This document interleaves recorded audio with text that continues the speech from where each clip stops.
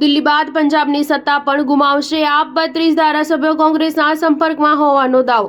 દિલ્હીમાં સત્તા ગુમાવ્યા બાદ આમ આદમી પાર્ટી પર સંકટના વાદળો વધી રહ્યા છે। પંજાબમાં તેના 32 ધારાસભ્યો પક્ષ છોડવાની ફિરાકમાં હોવાના અહેવાલો મળ્યા છે। પંજાબના મુખ્યમંત્રી ભગવંત માનને પણ પદ પરથી દૂર કરવાની કવાયત હાથ ધરાય તેવી શક્યતાઓ દર્શાવાઈ છે, જેના લીધે આમ આદમી પાર્ટી પર પંજાબમાંથી પણ સત્તાની કમાન છૂટવાનો ડર વધ્યો છે।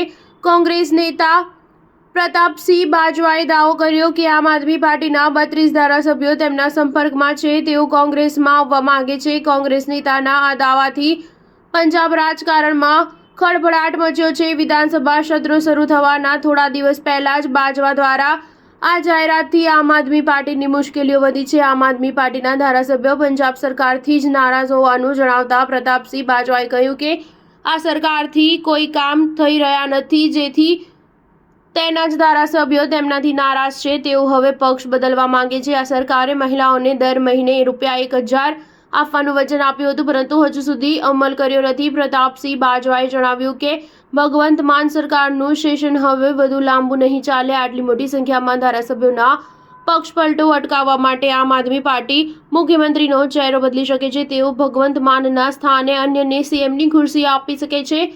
દિલ્હીમાં હાર બાદ આપ અધ્યક્ષ અરવિંદ કેજરીવાલે એક બેઠક બોલાવી હતી, જેમાં પંજાબના તમામ ધારાસભ્યોને બોલાવવામાં આવ્યા હતા। આ બેઠક પક્ષમાં દરારના કારણે બોલાવવામાં આવી હતી, જો કે પક્ષે અસામાન્ય બેઠક હોવાનું જણાવ્યું હતું। દિલ્હીમાં આમ આદમી પાર્ટીની હારથી કોંગ્રેસનો પંજાબ પ્રત્યે વિશ્વાસ વધ્યો છે। ભલે દિલ્હીમાં કોંગ્રેસને એક પણ બેઠક ન મળી હોય, પરંતુ પંજાબમાં કોંગ્રેસ મુખ્ય વિપક્ષ છે, જેના લીધે તેને લાગે છે કે જો ભગવંત માનની સરકાર તૂટે તો તે પંજાબમાં ફરી એકવાર સત્તા પર આવી શકે છે। થોડા સમય પહેલા કોંગ્રેસ અને ભાજપે દાવો કર્યો હતો કે અરવિંદ કેજરીવાલ પંજાબમાં ચૂંટણી લડશે અને જીત મેળવી મુખ્યમંત્રીની કમાન સંભાળશે, જો કે આમ આદમી પાર્ટીએ આ દાવો ફગાવ્યો હતો। સ્ટાર ન્યૂઝ 7 હંમેશા સચ્ચાઈની સાથે।